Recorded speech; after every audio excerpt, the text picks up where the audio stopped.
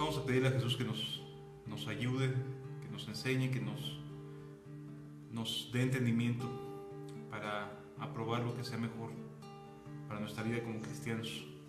Amén.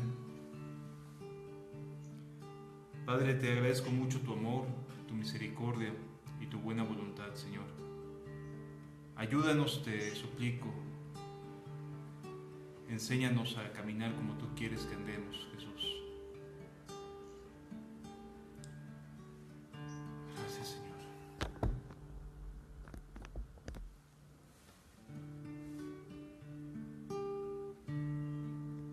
Noble sostén de la esperanza mía, fuente bendita de vida eterna, tan solo el alma que en tus fuerzas fía tiene paz, tiene paz, mi sostén es Jesús.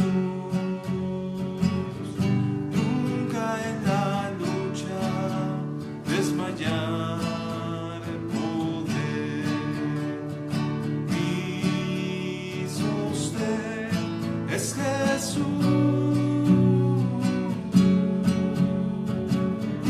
Nunca en la lucha desmayar poder. Yo soy muy débil, pero en ti soy fuerte. Nunca en la lucha desmayar podré. Si estás tú conmigo, ni a la misma muerte temeré, no temeré. Mi sostén es Jesús. Nunca en la lucha desmayar poder. Mi sostén es Jesús. Nunca en la lucha desmayar poder. Mi sostén es Jesús.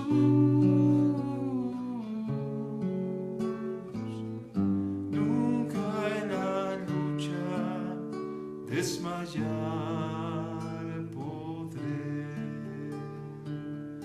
Gracias, Jesús. Háblanos esta noche, Señor. Enséñanos tu camino. En el nombre de Jesús.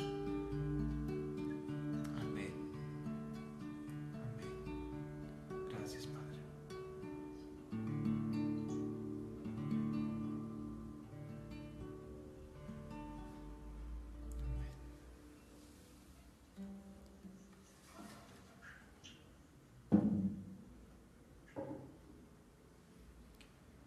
Qué bueno es Jesús. La verdad es que no hay palabras para darle gracias en todo momento.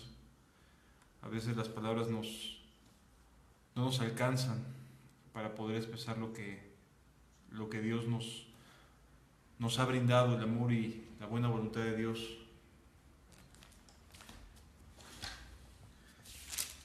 Quisiera explicar un poco acerca de un tema que por lo regular no se tiene muy claro en qué sentido o qué significa.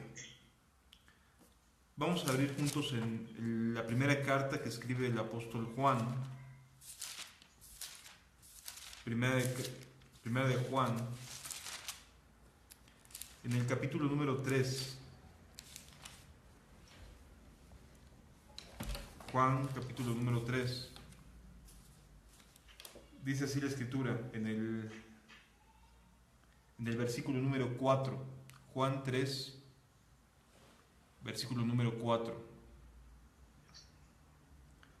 Dice la Biblia: todo aquel que comete pecado infringe también la ley, pues el pecado es la transgresión de la ley. Lo vuelvo a leer: todo aquel que comete pecado infringe también la ley, pues el pecado es la infracción de la ley.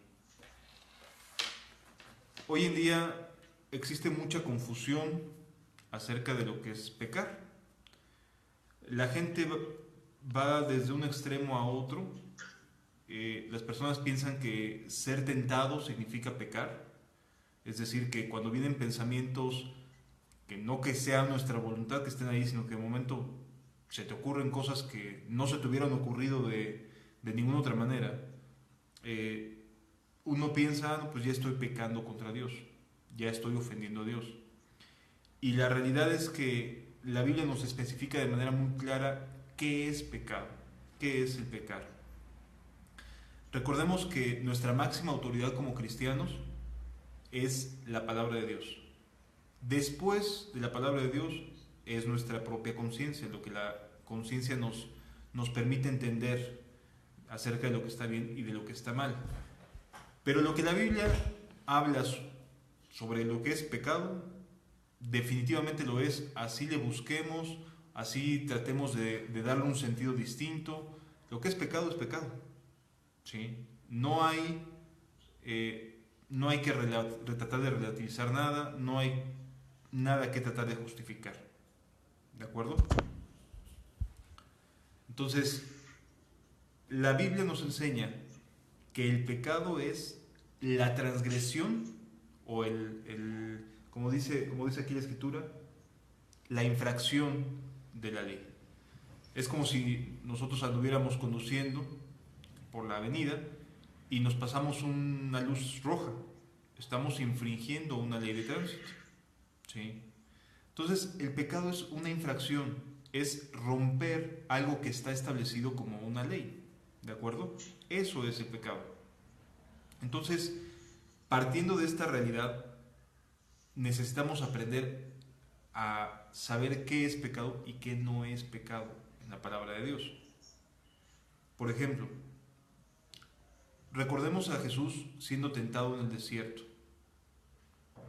Cuando Jesús estaba siendo tentado, el primer pensamiento que le viene a su mente, en el momento en que está ya con bastante hambre, que ya tiene mucho tiempo, varios días sin alimento, lo primero que le viene a la mente es: di que estas piedras se conviertan en pan. Aparentemente no tiene ningún sentido malo el comer o el alimentarse, ¿sí? No tiene un sentido de maldad, no podemos decir que comer pan es malo. No, no es malo. Sin embargo, en el contexto en el cual Jesús estaba, que estaba ayunando, Jesús estaba buscando a Dios. Jesús estaba buscando en ese momento a Dios, estaba buscando a su Padre para prepararse. Y algo que en ese momento, o que para nosotros es normal y es lícito, lo que comer un pan, en ese momento, para Jesús, le fue una tentación a romper con su propósito de buscar a Dios. ¿Sí me explico? O sea, algo que era lícito, algo que es bueno, que es alimentarse, que es comer, en el momento en el cual él estaba concentrado en buscar a Dios, en el momento en el cual estaba él ayunando, se convirtió en una posible tentación, en una posible infracción a la moral de Jesús, ¿sí? Porque él estaba buscando en ese momento a Dios. Entonces vemos que lo que hace Satanás es llegar a plantear una posibilidad de algo que es lícito, dado las circunstancias que tenía Jesús, convertirse en algo ilícito, ¿sí? Porque comer pan ya sabemos que no está mal, no es ilícito. Sin embargo, sabemos también que para él fue una tentación. ¿Estamos de acuerdo? Entonces, algo que es lícito, algo que está bien, que no es malo en sí mismo, se puede convertir sí en un problema de pecado o de tentación si interfiere con nuestra relación con Dios. Si eso que hacemos, aunque no sea malo, interfiere en mi relación con Dios, entonces eso ya me está colocando como alguien que está transgrediendo, que está infringiendo la moral cristiana. ¿Sí lo entendemos, hermanos? O sea, esto es bien importante entenderlo porque muchas veces decimos, ¿pero qué tiene de malo esto? No, pues probablemente no tenga nada de malo. Sin embargo, si está interrumpiendo lo primero, lo prioritario, entonces sí, eso que creemos y decimos, esto no tiene nada de malo, sí se va a convertir en una tentación o en un problema de pecar contra Dios, porque lo estamos anteponiendo a nuestra búsqueda de Dios, a nuestro anhelo de tener una relación con Dios. De tal manera, hermanos, que podemos ser excelentes personas, a lo mejor en nuestra área laboral. Nos levantamos todos los días temprano y nos vamos a trabajar y regresamos sumamente agotados, pero bueno, satisfechos de haber podido traer el pan a la casa. Y no está mal. El que no trabaja, que no coma, está escrito. Sin embargo, cuando el trabajo se convierte en una prioridad por encima de mi comunión con Dios, entonces el trabajo ya se convirtió no solamente en algo lícito, sino en algo ilícito, porque me está desplazando a Dios de mi vida. Está sacándolo de la ecuación, como dicen. Es decir, no estoy dedicándome a orar, no estoy dedicándome a leer las escrituras, a concentrarme en lo que Dios quiere que haga. ¿Sí? Entonces, en ese momento, hermanos, aquello que es lícito y que es bueno, se nos convierte en algo dañino, en algo nocivo, en algo que nos va a separar del plan de Dios para nuestras vidas. Eso es lo que Jesús enfrentó con su primera tentación. Un pan o una piedra que se convierte en pan. Y entonces ahí está la posibilidad de romper con su ayuno. ¿Sí lo entendemos? De dejar de buscar en ese momento a Dios. No que el pan sea malo, sino que iba a romper, iba a interrumpir su búsqueda de Dios por comer un pan. Ahí el pan, o más bien la acción de anteponer mi hambre a lo que es mi propósito con Dios, es lo que provoca que sea moralmente pecaminoso. ¿Sí lo entendemos? Entonces, es bastante interesante esta parte, hermanos, porque normalmente creemos que pecar nada más es hacer cosas escandalosamente hablando. Es decir, si la sociedad reprueba la violación, entonces eso sí está mal. Pero si la sociedad no aprueba, o mejor dicho, no dice nada de que seas un mentiroso, a lo mejor para ti dices, no, pues no es tan malo, ¿no? Socialmente hablando, la mentira no es tan juzgada como el violador. Sin embargo, delante de los ojos de Dios, las cosas son muy diferentes. Vamos a leer juntos en Santiago. Santiago,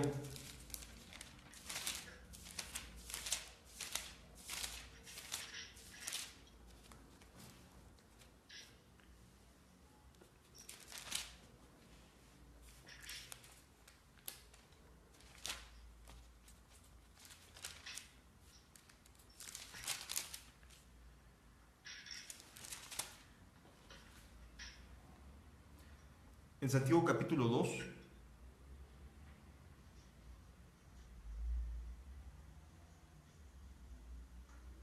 versículo 8 en adelante. Santiago capítulo 2, verso 8 en adelante. Entonces, hasta aquí queda claro, el pecado es infringir, es romper con lo que Dios estableció. Eso es pecar, con lo que Dios estableció. Dice Santiago 2:8, si en verdad cumplís la ley real, conforme a la Escritura, amarás a tu prójimo como a ti mismo, bien hacéis. Pero si hacéis acepción de personas, es decir, clasifico a las personas, este sí y este no, este sí está bien y este no está bien, o trato de manera distinta a los seres humanos, pero si hacéis acepción de personas, cometéis pecado. Aquí vemos un pecado que es bien común, hacer acepción de personas. No, tú no puedes pasar, no, tú no puedes entrar aquí, aquí solamente la gente importante, aquí solamente tienes que venir vestido de tal o cual forma. Es decir, hacer acepción de personas es pecado. Dice, y quedáis convictos por la ley como transgresores. O sea, ¿qué es lo que provoca el hacer acepción de personas? Que quedéis convictos, es decir, que quedéis sentenciados, que quedéis acusados como personas que no cumplen la ley de Dios, la palabra de Dios. Porque cualquiera que guardare toda la ley, pero ofendiere en un punto, se hace culpable de todos. Porque el que dijo no cometerás adulterio, también ha dicho no matarás. Ahora bien, si cometéis adulterio pero matas, ya te has hecho transgresor de la ley. Es decir, delante de los ojos de Dios no existen pecados grandes y pecados pequeños. Porque el pecado finalmente es una ofensa, es un desafío, una rebeldía contra Dios. Sin importar de qué se trata el tipo de pecado, es una ofensa contra Dios. ¿De acuerdo? Entonces, no podemos decir, pues sí, soy mentiroso, pero no soy ladrón. O sea, estás ofendiendo a Dios con tu mentira, como quiera que sea, y te haces transgresor de la ley con tu mentira, aunque no violes, aunque no robes. A lo mejor puedes decir, es que yo no soy un borracho. Qué bueno que no seas un borracho.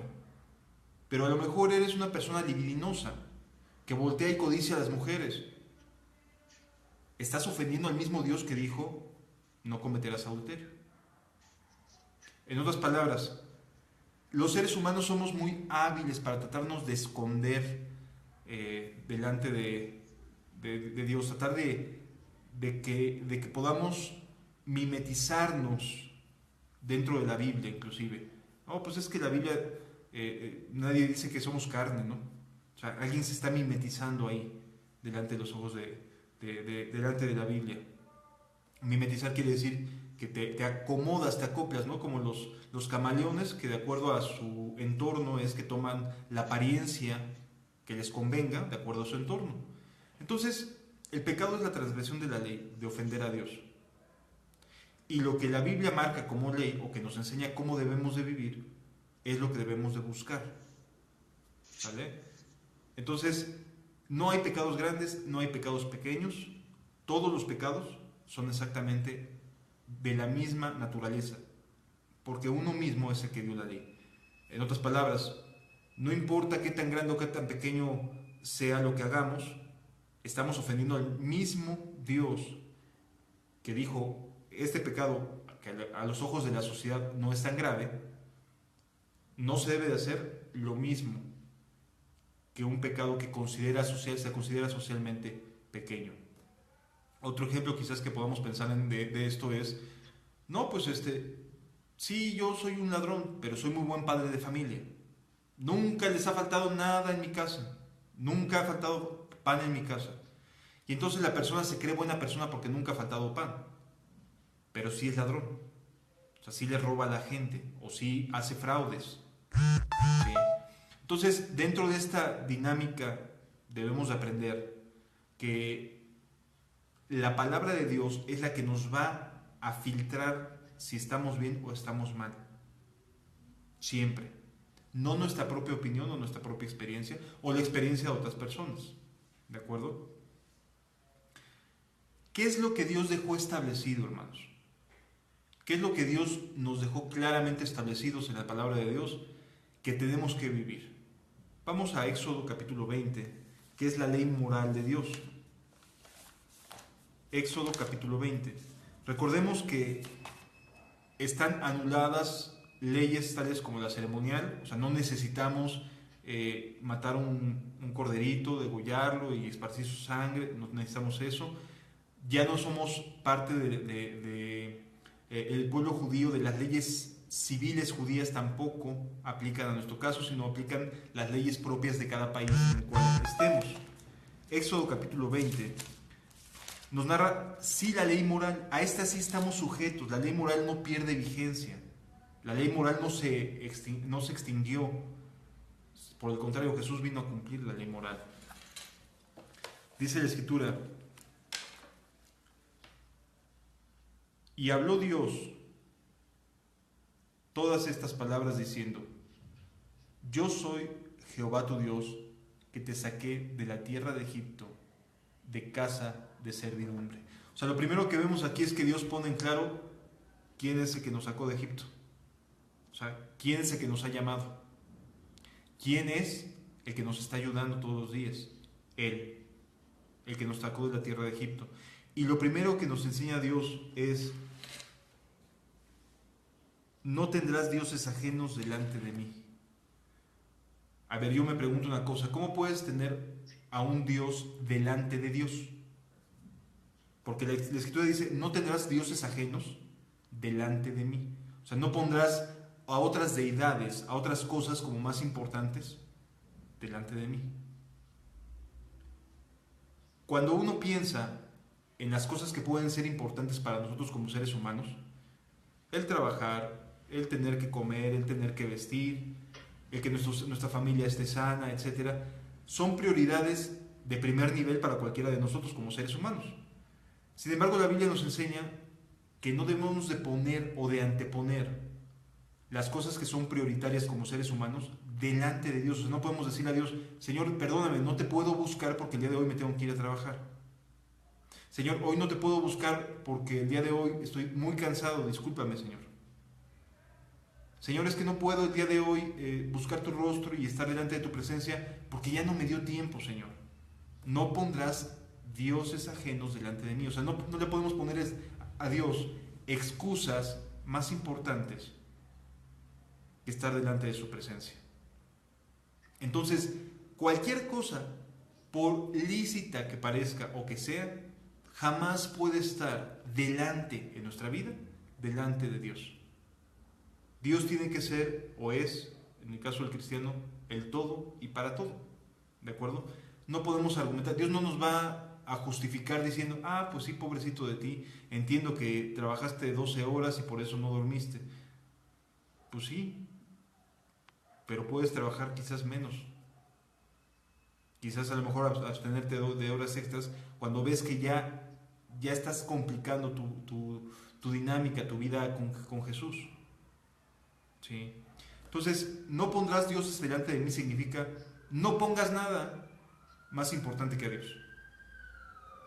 Porque aunque sea lícito algo, aunque sea bueno, se va a convertir en algo malo porque lo estás anteponiendo delante de Dios. ¿Sí lo entendemos hasta aquí, hermanos?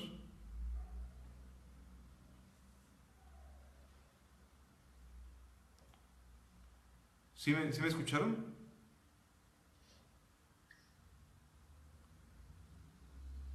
Hola, hola.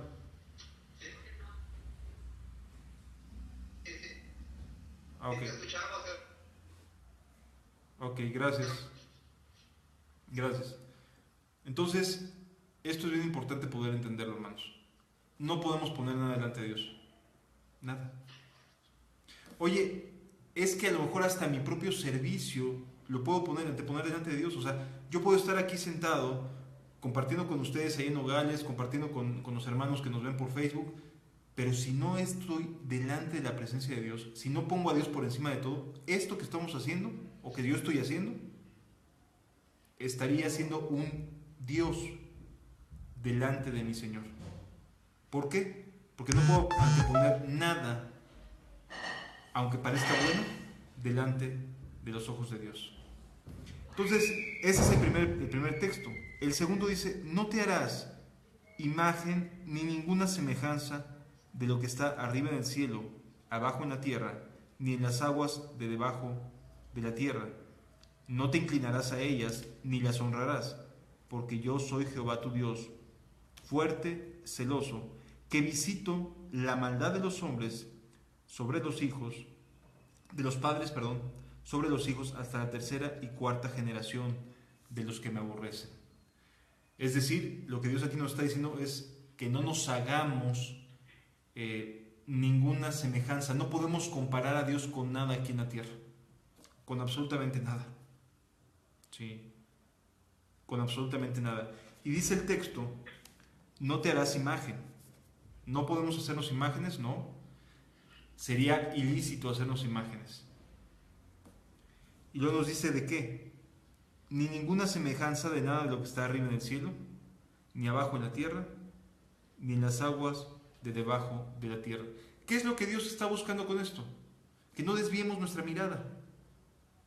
¿Qué es lo que Dios quiere? Que no pongamos nuestra confianza en nada más. Que no volteemos y pensemos que algo más puede ayudarnos aparte de Dios. No, la realidad es que no. Nada ni nadie puede ayudarnos, solamente Dios. Está escrito en Isaías, yo soy Jehová y fuera de mí no hay quien salve.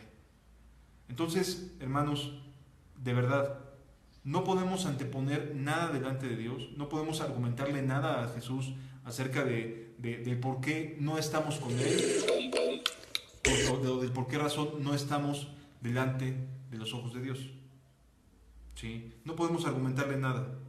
Nuestra prioridad es Dios y nuestra comunión es con Dios. ¿De acuerdo? Lo segundo es, no tenemos que hacer imágenes, o sea, no tenemos que hacernos desde nuestro punto de vista, no tenemos que hacernos ideas acerca de cómo puede ser Dios, cómo puede ser esto. No nos dice la Escritura que nos hagamos ninguna semejanza de nada de lo que está arriba, ni abajo en la tierra, ni debajo de la tierra, ni en el mar. No te inclinarás a ellas.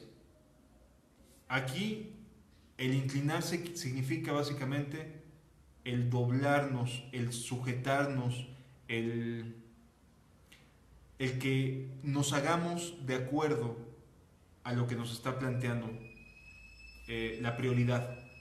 Vamos a ponerle en lugar de imágenes una prioridad. Creemos que son prioridades o que son cosas en las cuales ponemos nuestra fe. Bueno, la Biblia nos dice, no hagas tu conducta, no te ajustes a lo que tú crees que está bien o es correcto. Ajústate a lo que Dios dice en su palabra. Entonces, hermanos, esto es bien importante que lo entendamos. Podemos estar haciendo muchas cosas, pero si ponemos cosas delante de Dios, o sea, anteponemos cosas delante de Dios, si nos hacemos o nos formamos ideas, imágenes, de distintas cosas y ajustamos nuestra vida, en lugar de ajustarla a Dios, nos ajustamos o nos formamos de acuerdo a lo que nos están diciendo, lo que nos están haciendo pensar, y hacemos a un lado o sacamos a Dios de nuestras vidas, entonces también es una ofensa contra Dios. ¿Sí? Dice, no te inclinarás ante ellas ni las honrarás, porque yo soy Jehová tu Dios fuerte, celoso, que visito la maldad. Es decir, que Dios está viendo la maldad de los hombres, no solamente de los padres, sino la maldad de los hijos hasta la tercera y cuarta generación. En otras palabras, Dios siempre está viendo la maldad en la humanidad. Siempre tiene presente la maldad. Está viendo todo el tiempo lo que los hijos de los hombres hacen. ¿Sí? No nos ocultamos delante de Dios. Él visita, o sea, Él ve, Él está presente. Cuando decidimos hacer algo que no es correcto, Él está presente. Cuando tomamos la decisión de voltear a ver a una mujer que no es nuestra esposa, Él está presente ahí. Cuando estamos haciendo algo, estamos comiendo algún alimento, sin agradecimiento a Dios, Él está presente también viéndolo. Es decir, Él sí ve la maldad, Él no se tapa los ojos, sino que sí está viendo continuamente la maldad. Existe una falsa doctrina que nos enseña que la santidad de Cristo está sobreposicionada del cristiano. Es decir, que Dios ya no te va a ver a ti, sino que ahora va a ver a Cristo en ti. Es básicamente lo que nos dice esta falsa doctrina. ¿Y por qué la llamo falsa? Porque lo que hace es querernos cubrir con Cristo y continuar viviendo de una manera pecaminosa. Se está entrecortando un poquito, ¿sí me escuchan? Ah, ok, gracias. Entonces, esta falsa doctrina que se formó apenas en los años 50, lo que trata de decir es que sin sustento bíblico, Dios ya no te está mirando a ti. O sea, cuando tú actúas, ya Dios no está mirando lo que tú haces, está mirando la obediencia que Cristo tuvo. O sea, tú puedes ser un violador o un ladrón, pero como según esta doctrina falsa, ya Dios no te está viendo a ti, sino está viendo a Cristo en ti, entonces Dios va a estar contento contigo. Básicamente lo que está diciendo. Una doctrina de verdad herética. Por supuesto que Dios visita la maldad de los padres, de los hijos, hasta la tercera y cuarta generación. Es decir, Dios sí se está viendo. No se hace de la vista gorda, no se tapa los oídos, los ojos, no se hace a un lado, no. Tampoco está viendo a Jesús. Ya Jesús hizo lo que tenía que hacer por nosotros. Y ahora es aprender a depender de Él. Pero sí es bien importante que entendamos, no, Dios no ve la obediencia de Cristo en mi desobediencia. No, no hay una superposición. ¿Sí? Ah, bueno, ahora Jesús está entre Dios, Jesús y yo, y entonces Dios ve a Jesús y ya no ve lo que yo hago. Es una mentira, es una falsedad, es un engaño para la propia alma. Por supuesto que Dios visita la maldad, por supuesto que sí. Si esto fuera así, ¿por qué Ananías y Zafira cayeron muertos en el momento en que pecaron contra Dios? No vio Jesús a Jesús, no vio Dios a Jesús entre Ananías sobre Ananías y Zafira. Los mató Dios, los juzgó en ese mismo momento y los mató. O sea, ahí donde estaba esta idea falsa de decir, no, ya Dios no me ve a mí, ve a Cristo en mí. Pues perdón, pero Ananías y Zafira, que creían en Cristo, estaban en la iglesia y no fueron perdonados. Los juzgó Dios en ese mismo momento. ¿Sí? ¿De qué nos habla esto? Nuestro adversario, y tenemos que entenderlo así, nuestro adversario está encargado y está buscando la manera de relativizar el pecado por cualquier medio, bíblico, no bíblico, humanista, relativista. O sea, está buscando la manera de que la persona no deje de hacerlo mal. Llámala como le quieran llamar, pero está empecinado en que la persona no deje de pecar. Por eso doctrinas que le permiten al hombre continuar haciendo lo malo y decirse cristiano son doctrinas de demonios. Son doctrinas de demonios, hermanos. Quisiera que quedara bien claro porque hoy en día hay muchas corrientes, muchas enseñanzas que lo que buscan es decirle a la gente, no te preocupes, no pasa nada. No pasa nada. Y no, desde luego que pasa. Vamos a retroceder un poquito en el tiempo.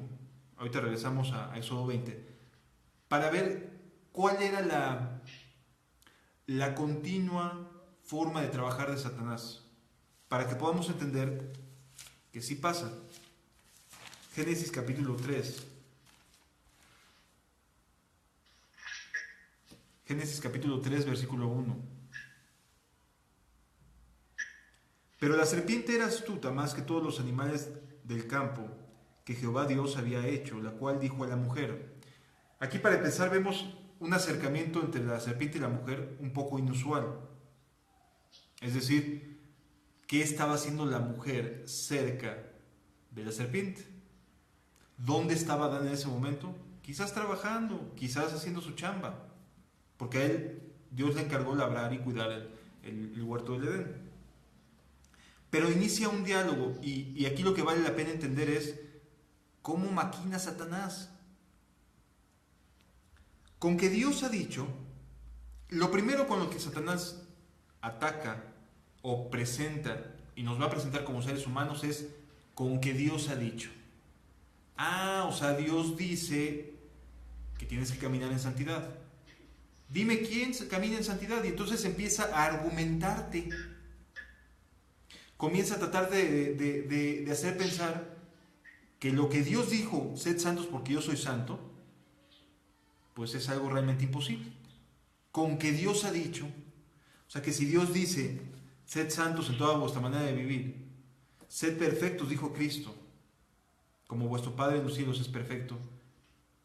Entonces llega Satanás y dice, ¿con que Dios te ha dicho eso? ¿Con que Dios dice eso? Pero ve la realidad. Ve, a ver, dime quién, te dice Satanás, dime quién es perfecto. Jesús no se refiere a una perfección humana, se refiere a una perfección moral. Sed perfectos como vuestro Padre perfecto es moralmente hablando. ¿Sí? O sea, caminar de manera recta delante de los ojos de Dios. Pero bueno, Satanás dice algo diferente, ¿verdad? Con que Dios ha dicho. Y entonces comienza el diálogo cuestionando la veracidad de la palabra de Dios.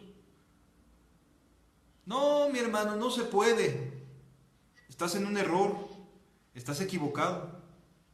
No se puede. Bueno, pues aquí Dios me dice que sí. ¿A quién le creo? ¿A tu experiencia o a lo que Dios me está diciendo? Porque Dios no nos pide cosas que no podamos sobrellevar.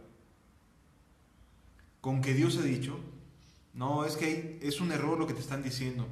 El hermano Abraham está equivocado.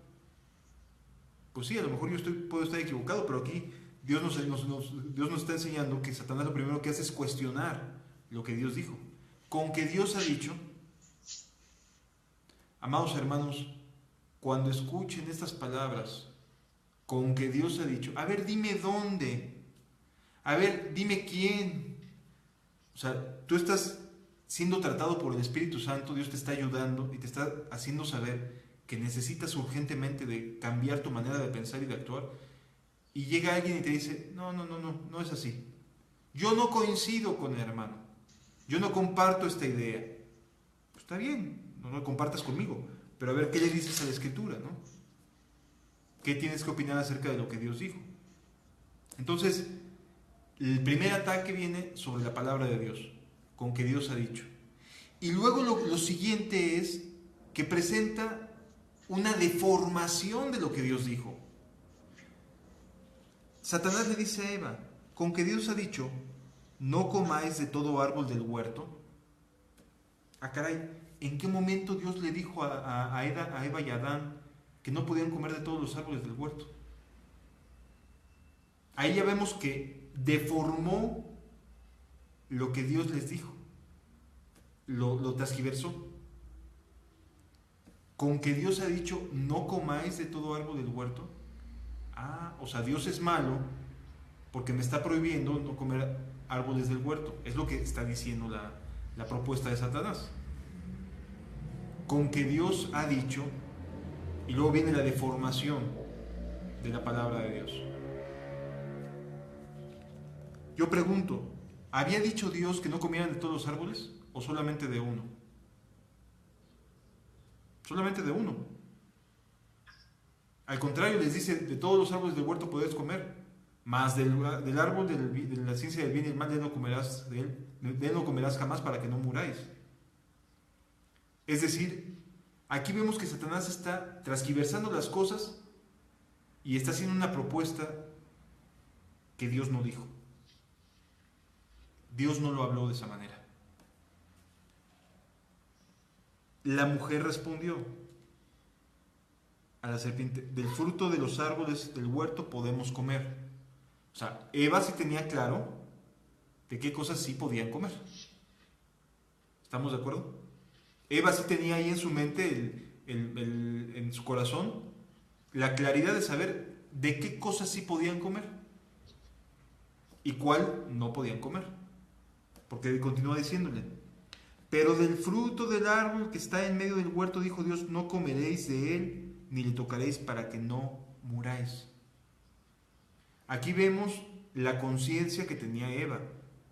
no tocáis del árbol de la ciencia del bien y el mal, para que no muráis.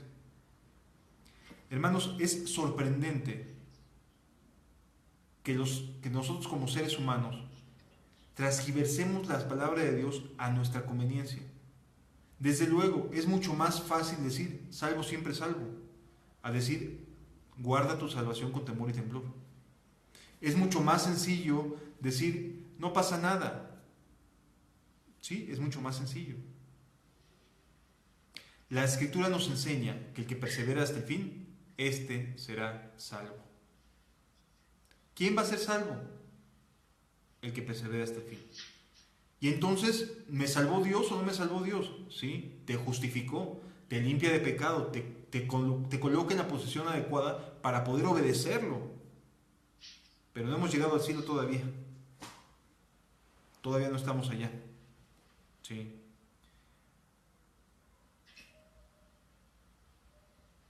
Entonces, vemos aquí que la palabra de Dios se transgiversa, cuestiona Satanás a Dios y coloca en la mente de Eva con que Dios ha dicho.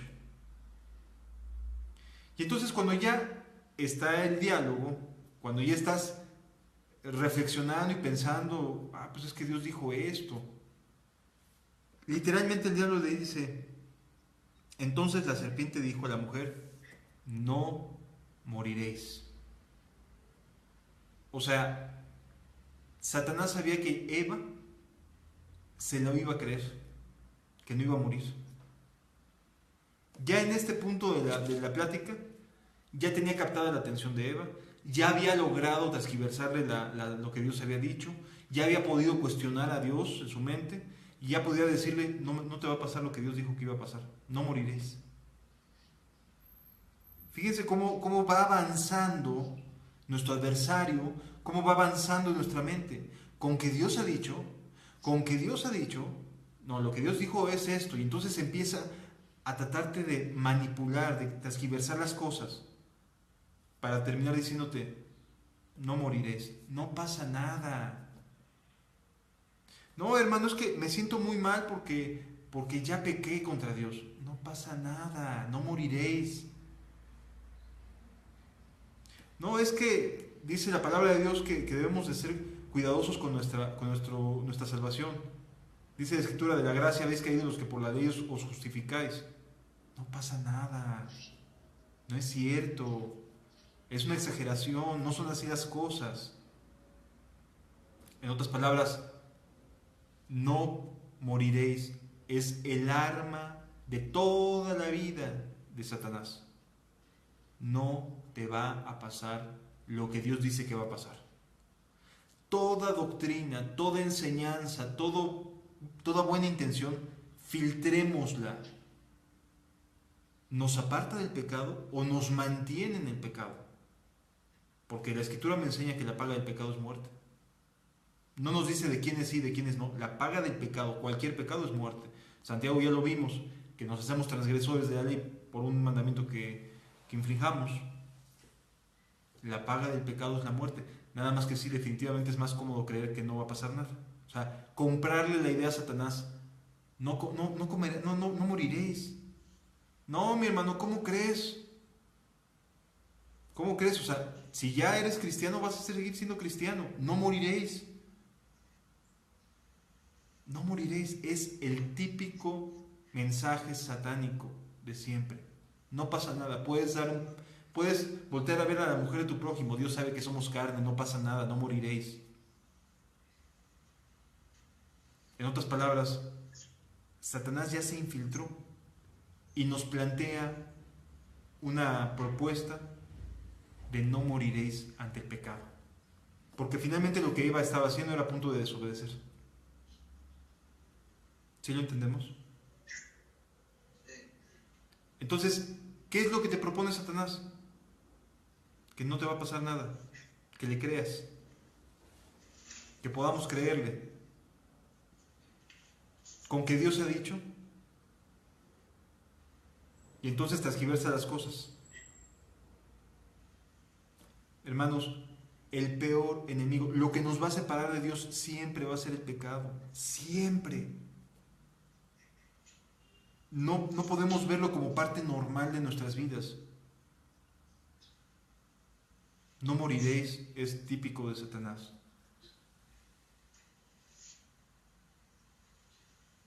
Continúa argumentándole Satanás a Eva y dice, entonces la serpiente dijo a la mujer, no moriréis, sino que sabe Dios. O sea, Dios está mal. Él sabe, Él conoce, Él es el Supremo. Que el día que comáis de Él serán abiertos vuestros ojos. O sea, Él tiene la mala intención de que tus ojos no estén abiertos. ¿Te das cuenta cómo presenta a Dios, nuestro adversario? Te quiere coartar, te quiere poner trabas. No es cierto, no te vas a perder si practicas el pecado, si te vuelves al pecado, si lo abrazas. No te vas a perder, no te vas a morir. Entonces la serpiente dijo a Satanás, no moriréis, sino que sabe Dios que el día que comáis de él serán abiertos vuestros ojos y seréis como Dios sabiendo el bien y el mal. Aquí finalmente Satanás apela al orgullo de Eva y le dice básicamente, no te va a pasar lo que Dios dice. Por el contrario, lo que está haciendo Dios es evitar que conozcas más, que pruebes otras cosas. O sea, Dios es malo al pedirte que no comas de este árbol. Es lo que Satanás le está proponiendo a Eva. Te está diciendo, o le está diciendo Satanás a Eva, le está diciendo, Dios es una mala persona porque no te deja comer de este árbol. Y es un árbol bueno porque te va a dar la capacidad de saber el bien y el mal. ¿Sí nos damos cuenta cómo va avanzando Satanás en la mente? Cualquier cosa que ponga en duda la palabra de Dios, que es nuestra máxima autoridad, que la transgiverse, ¿sí? Que no nos aleje del pecado, sino que por el contrario, nos haga creer que podemos seguir pecando y decirnos cristianos, son doctrinas de demonios. Jesús vino a morir por nuestros pecados. Nos quiere lejos de ello. Nos quiere lejos de la vida de pecado.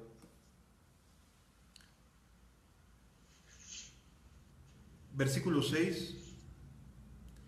Y vio la mujer que el árbol era bueno para comer. Yo pregunto una cosa. ¿Era atractivo todo árbol del huerto que Dios había hecho? Sí, era atractivo. Este árbol de la ciencia del bien y el mal, ¿era atractivo? Sí. ¿Era bueno para comer? Sí, le llamaba la atención. Eso nadie lo niega. El pecado tiene la cualidad de llamar la atención. Siempre. Y aquí vemos que Eva dice, y vio la mujer que el árbol era bueno para comer y que era agradable a los ojos. Hermanos, si nos vamos un poquito antes, ahí mismo, nada más para que veamos cómo ya cambió la perspectiva de la gente. En el capítulo 2, versículo 9 dice, y Jehová Dios hizo nacer de la tierra todo árbol delicioso a la vista y bueno para comer. Incluía el árbol de la ciencia del bien y del mal. Es decir, no había nada nuevo, pero ya Eva estaba convenciéndose a sí misma de comer de él. Pues sí es cierto, ¿por qué Dios me lo prohíbe si es agradable a la vista, si es deleitable? ¿Por qué Dios me prohíbe comerlo? Ya le atribuyó a Dios injusticia porque no le deja comer un árbol que es agradable a la vista y bueno para comer. Si vemos cómo ya cambió, ya ahí se modificó, ya el mandamiento de Dios de no comas de este árbol ya lo dejó de lado y ya se fijó más en que era agradable a los ojos y bueno para comer, ya pensó en sí misma. Ya no pensó en la palabra de Dios, ya pensó en sí misma. Así actúa el pecado. Guardémonos, porque así actúa el pecado. Hacemos a Dios a un lado y pensamos en que es agradable a los ojos y bueno para comer. Me gusta. Y entonces lo tomo. Y el mandamiento que Dios ha dado, con que Dios ha dicho, pues sí, ya Dios dijo, pero yo opino esto. Y entonces, de esta manera, hermanos, es que finalmente Eva, dice la Escritura, y que era bueno para árbol codiciable para alcanzar sabiduría, y tomó de su fruto y comió, y dio también a su marido, el cual comió, así como ella. ¿Qué sucedió? Finalmente el pecado se aprende. Adán se dio cuenta que Eva no cayó muerta en ese momento. ¿Por qué no cayó muerta en ese momento? Pues no pasó nada.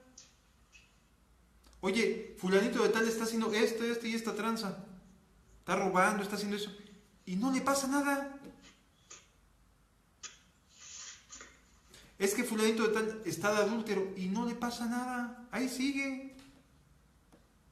Y entonces nos hace creer Satanás que pues no murió. No es tan malo. ¿Sí entendemos cómo actúa el pecado en nuestra vida, hermanos? Qué importante entonces es aprender que no estamos jugando a ser cristianos. No estamos jugando a ver qué pasa. Existe, dice la Biblia, que existe alguien que está agazapado, como león rugiente, esperando a quien devorar. Esperando a ver quién dice con que Dios ha dicho y lo va a devorar. Amados hermanos, Dios no va a devorar a los que ya tiene devorados. Es decir, los que están perdidos, los que no quieren saber nada de Dios, a los que no les interesa Dios para nada, a esos ya los tiene ganados. ¿A quienes está esperando atacar? ¿A quienes está esperando agazapado como león rugiente viendo a quién devorar? A los cristianos. Si no se perdiera o no dejáramos, no cayéramos ante la posibilidad de que la salvación que Dios nos ha dado se pierda, Satanás no estaría preocupado ya en estar agazapado viendo a ver a quién devorar. ¿Sí me explico? Está viendo a quién devorar porque existe la posibilidad de recaer, de volver a abrazar y dejar de lado la gracia inmerecida. Por eso está esperando la oportunidad. Entonces, no estamos jugando, hermanos. No hay un juego. No tenemos garantizado nada hasta que lleguemos al reino de los cielos. Vuelvo a insistir. Satanás está agazapado viendo a ver a quién devorar de los cristianos, de los santos. No de aquellas personas que ya tiene devoradas. Esos ya están devorados. Entonces, ¿qué aprendemos de todo esto, hermanos? El pecado es la transgresión de la ley, es ir en contra de lo que Dios estableció, bajo cualquier argumento. Ya aprendimos también que no podemos tener nada delante de Dios. O sea, algo más importante que a Dios no puede haber. Ya también aprendimos que no podemos fabricarnos imágenes en nuestra mente o ideas que resulten de mayor confianza que la palabra de Dios. Sí. No podemos sacar deducciones y creer que, yo creo que esto significa esto, si no tenemos distintos textos que nos validen nuestra forma de pensar o de analizar las escrituras. Ya vemos que Satanás no está jugando. O sea, no está jugando con nosotros. Él sabe que puede hacernos caer. Y que hacernos caer destruye la obra de Dios. ¿De acuerdo?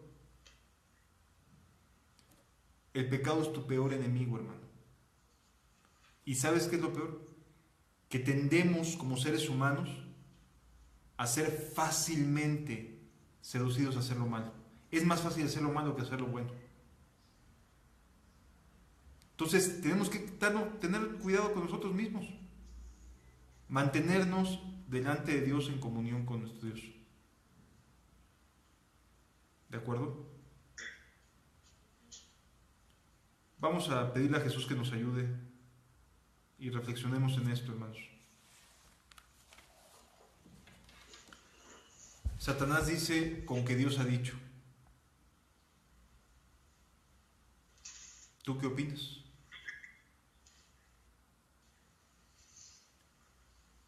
No está jugando con nosotros Satanás, hermanos. Nos quiere devorar.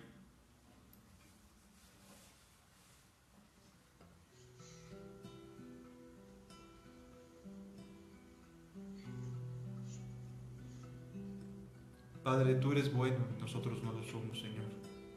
Pero si estás en nosotros, puedes provocar toda bondad. Ayúdanos, Señor. Nos puedes llevar a tierras de rectitud, lo sabemos, lo creemos, Señor. Pero no debemos de dejar de temer y temblar y de estar apercibidos, de no dormirnos, Señor.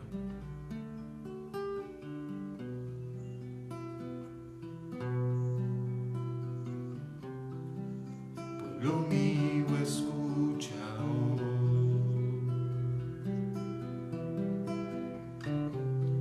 lo que ha acontecido.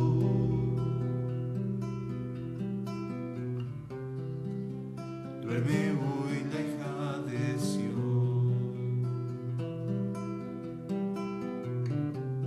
Sus valientes caen heridos.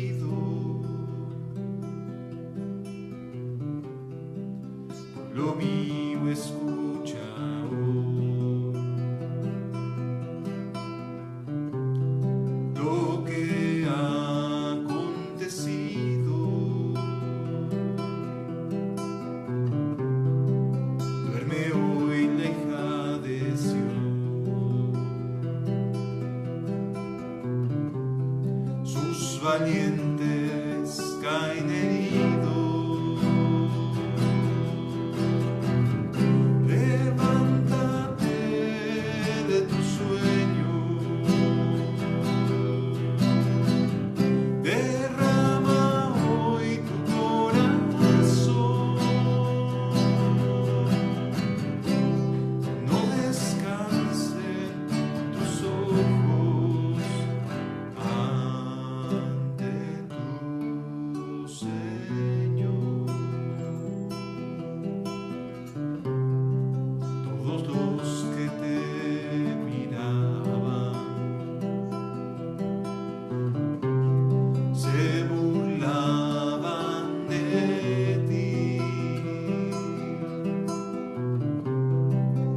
Está Jerusalén,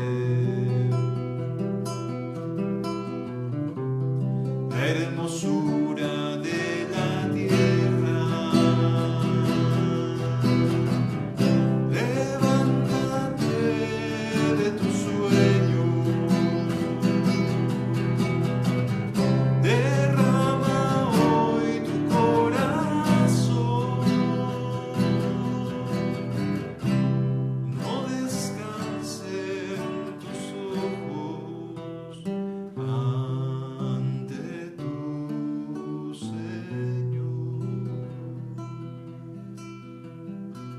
Padre, permítenos guardar esta palabra en nuestro corazón. Permite que el pecado sea visto en nuestras vidas como nuestro peor enemigo. No justificarlo bajo ninguna circunstancia, Señor, porque llevaron a la cruz a Jesús. Por favor, ayúdanos